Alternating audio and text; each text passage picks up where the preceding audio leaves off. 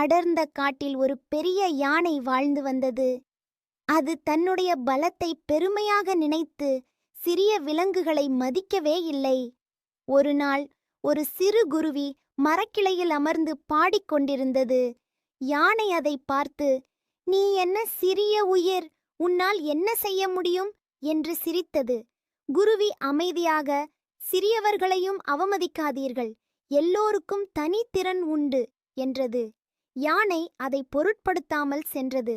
அடுத்த நாள் யானை ஒரு ஆழமான பள்ளத்தில் தவறி விழுந்தது. எவ்வளவு முயன்றும் வெளியே வர முடியவில்லை. அப்போது அதே சிறு குருவி வந்தது. குருவி மற்ற விலங்குகளை அழைத்து வந்தது. அனைவரும் சேர்ந்து கயிறு, மரக்கிளைகள் கொண்டு யானையை காப்பாற்றினார்கள்.